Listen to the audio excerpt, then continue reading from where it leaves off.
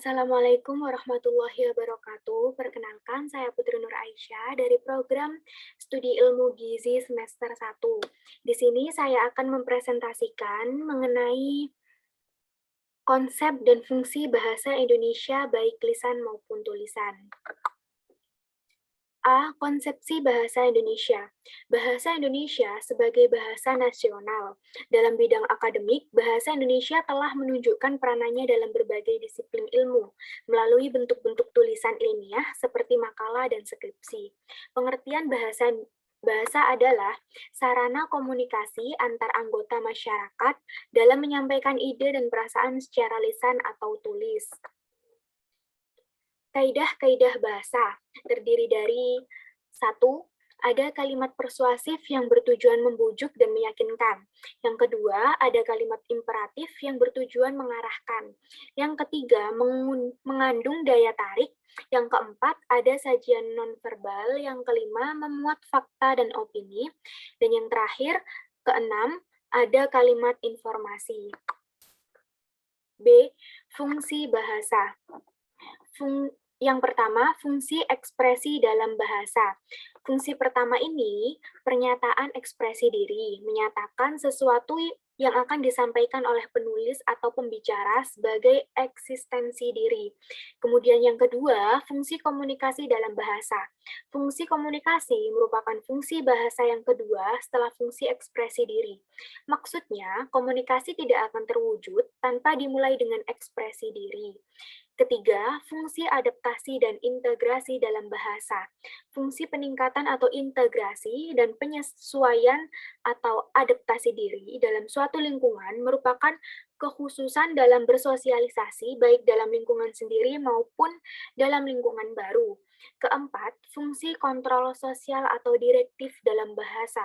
Kontrol sosial sebagai fungsi bahasa bermaksud memengaruhi perilaku dan tindakan orang dalam masyarakat, sehingga seseorang itu terlibat dalam komunikasi dan dapat saling memahami. George Keraf menambahkan beberapa fungsi lain sebagai fungsi utama tersebut. A.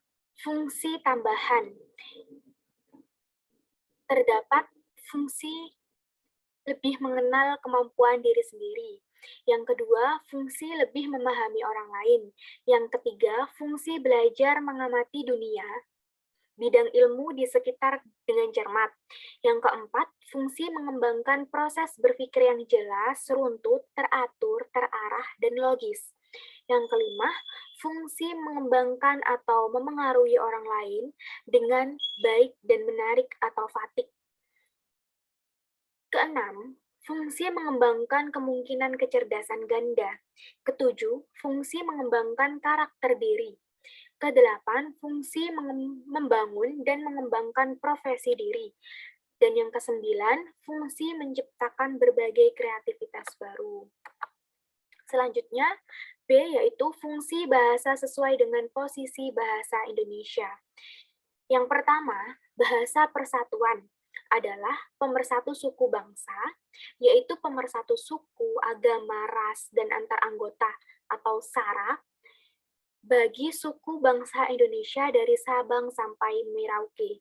Yang kedua, bahasa nasional adalah fungsi jati diri bangsa Indonesia bila berkomunikasi pada dunia luar Indonesia. Yang ketiga, bahasa negara adalah bahasa yang digunakan dalam administrasi negara untuk berbagai aktivitas.